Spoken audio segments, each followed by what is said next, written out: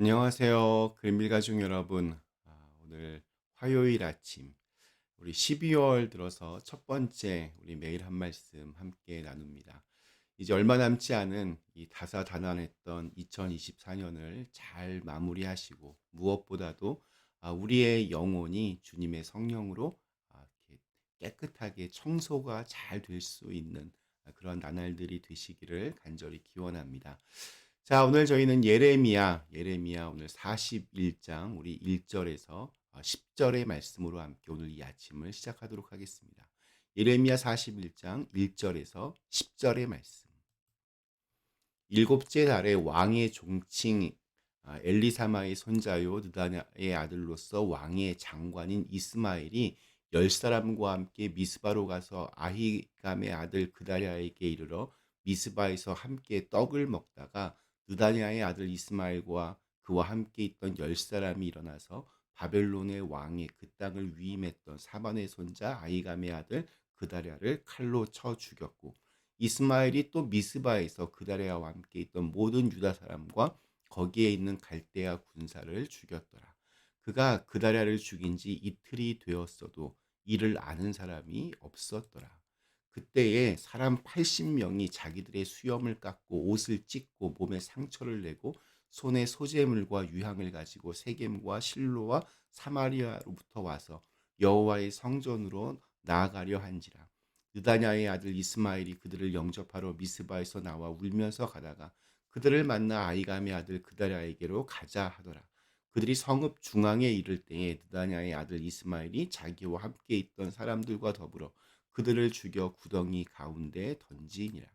그 중에 10사람은 이스마엘에게 이르기를 우리가 밀과 보리와 기름과 꿀을 밭에 감추었으니 우리를 죽이지 말라 하니 그가 그치고 그들을 그의 형제와 마찬가지로 죽이지 아니하였더라. 이스마엘이 그다랴에게 속한 사람들을 죽이고 그 시체를 던진 구덩이는 아사 왕이 이스라엘의 바하사 왕을 두려워하여 팠던 것이니라. 느다냐의 아들 이스마엘이 그가 쳐 죽인 사람들의 시체를 거기에 채우고 미스바에 남아있는 왕의 딸들과 모든 백성 곧 사령관 느부사라단이 아이감의 아들 그다랴에게 위임하였던 바 미스바에 남아있는 모든 백성을 이스마엘이 사로잡되 곧 느다냐의 아들 이스마엘이 그들을 사로잡고 암몬 자손에게 가려고 떠나니라. 아멘. 네, 우리 지난 토요일에는 멸망당한 이 남유다 왕국이 바벨론이 이제 총독으로 세운 그다랴를 통해서 빠르게 회복되는 모습을 보았습니다. 그러나 그로부터 얼마 되지 않아서 그다랴는 암살을 당합니다. 우리 1절에서 총독을 암살한 인물에 대해서 이렇게 소개합니다. 왕의 종친 엘리사마의 손자요 느다나의 아들로서 왕의 장관인 이스마엘. 그러니까 다윗 왕족의 후손이자 왕의 장관이었던 이스마엘이 총독부 관저가 있던 미스바에 오자 그다랴는 전혀 의심하지 않고 자신의 참모들을 불러서 이스마엘을 환대하며 식사를 대접했습니다. 그런데 이스마엘은 자신을 믿고 초대한 그다랴를 식사 도중에 살해했고 그 자리에 함께 있던 유다 참모들까지 죽였습니다. 심지어 총독 관저를 지키고 있는 바벨론 군사들도 죽였습니다. 이틀이 지나도록 그다랴는 물론 참모들과 또 바벨론 병사들이 살해된 사실을 아무도 몰랐다는 것은 이스마엘이 얼마나 아주 주도 면밀하게 이 암살 계획을 준비했고 또 실행했는지를 알려주는 대목입니다. 자, 그 다음 믿기 힘든 살육의 비극이 이어집니다. 예루살렘을 향하여 가는 순례객 한 80명을 또한 이 이스마엘이 죽입니다. 5절 말씀이 이렇게 증언합니다. 그때의 사람 80명이 자기들의 수염을 깎고 옷을 찢고 몸에 상처를 내고 손에 소재물들과 유향을 가지고 세겜과 실로와 사마리아로부터 와서 여호와의 성전으로 나아가려 한지라. 소재물과 유향을 가지고 있었다고 했는데 그것으로 미뤄보아 그들은 예루살렘 성전이 파괴되었기 때문에 소와 양 같은 이런 동물 제사가 아니라 곡식물로 제사를 드리려고 했던 것으로 그렇게 보입니다. 또한 그들은 수염을 깎고 옷을 찢고 몸에 상처를 내는 등의 어떤 회개와 또 애통의 표시를 하고 있었는데 이는 성전이 파괴된 것에 대한 어떤 애곡의 표현이라고 볼 수 있습니다. 이스마엘이 그들을 왜 이렇게 무참하게 죽였는가? 그 이유를 정확하게 알 수는 없지만 오늘 말씀에 나와 있는 8절을 근거로 함께 추론해 볼 수 있습니다. 아마 먹는 것, 식량 때문이었던 것 같습니다. 순례자 중에서 많은 식량을 밭에 감추어둔 10사람은 살려준 사실이 그것의 증거라고 할 수 있습니다. 아무튼 그는 무고한 사람들까지 죽이는 어떤 그 연쇄 살인범의 광기를 보여줍니다. 처음에 이스마일은 그다랴 총독 한 명을 죽였습니다. 그리고는 함께 식사에 참여하고 있던 유다의 사람들, 그 지역의 뭐 주민 대표들까지도 다 죽였습니다. 또한 그때 총독부를 지키고 있던 바벨론 군사들까지도 죽였습니다. 총독을 죽인 것은 그가 이 암몬의 왕과 음모를 꾸몄기 때문이고, 미스바 주민들을 죽인 것은 자신이 저지른 악행에 대한 증거를 없애기 위함이었습니다. 바벨론 군사들은 이 후한을 없애기 위해서 당연히 죽였을 것인데, 하지만 그의 살인은 그것으로 그친 것이 아니었습니다.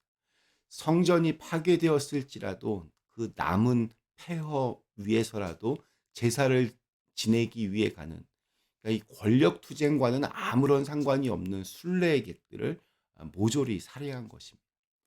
악은 악을 부르고 살인은 살인을 불렀습니다. 9절에 보면 구덩이에 시체를 던졌다고 했는데, 그 구덩이는 북이스라엘과의 전쟁에 대비해서 파놓은 오늘날의 참호 같은 것입니다. 규모가 꽤 컸을 것입니다. 그곳을 시체로 가득 채웠으니 얼마나 많은 사람들을 그때 죽였는지 짐작하게 합니다. 처참한 살육의 현장을 목격한 미스바에 있던 백성들은 겁에 질렸고, 이스마엘은 그들을 끌고 갑니다. 목적지는 암몬이었습니다. 자신과 이렇게 한 피를 나눈 동족들을 포로로 끌려가서 암몬에서 떵떵거리며 살고 싶었을 것입니다. 그는 살인마 같습니다. 그렇게 많은 사람을 학살했는데도 전혀 죄책감이 없습니다. 악한 일을 악하다고 느끼지 못하고 살인을 살인으로 그렇게 느끼지 못합니다. 성경에는 이런 사람을 가리켜서 양심에 화인 맞은 자라는 말로 그렇게 표현을 합니다. 갈 때까지 간 사람입니다. 죄가 나쁜 것은 죄를 죄로 인정하지 않는다는 점입니다. 아파야 우는데 느껴야 자기가 병에 걸렸다는 것을 알 수 있는데, 도대체 아파야 하지도 않고 타인에 대해서 또 생명에 대해서 도무지 감각이 없어 보입니다. 그런 면에서 보면 아픈 것은 은혜입니다. 아파서 우는 것은 가망이 있지만 그렇지 않은 것은 회생 가능성이 없습니다. 좋지 않은 일을 하고 나서는 양심에 찔림이 있어야 합니다. 죄를 짓고서는 가슴을 쳐야 합니다. 그런 사람은 가능성이 있습니다. 회복할 수 있는 행운의 사람들입니다. 죄를 짓지 않는 것이 물론 최선이겠지만 그것은 불가능합니다. 그래서 차선책은 빨리 깨닫는 것이 중요합니다. 죄에서 돌이키는 것이 은혜이고, 또 그것을 깨닫는 것이 바로 능력입니다. 오늘 우리에게 주신 하루, 이제 올 한 해가 마무리되어 가는 이 시점에 우리 안에 여전히 남아있는 죄의 문제들을 깔끔하게 청소하셔서 더 큰 죄, 계속 반복되는 이 죄의 사슬을 끊어낼 수 있는 은혜가 있기를 간절히 기원합니다. 잠시 함께 기도하시겠습니다. 전능하신 하나님, 오늘 주신 말씀을 통하여 이스마엘이 얼마나 끔찍한 일을 저질렀는지 함께 살펴보았습니다. 죄는 죄를 부릅니다. 저희로 하여금 죄를 깨달을 수 있는 그런 은혜와 능력을 주셔서 죄에서 돌이키고 또 구원의 문에 이를 수 있는 은혜를 더하여 주시옵소서. 예수님의 이름으로 간절히 기도드리옵나이다. 아멘.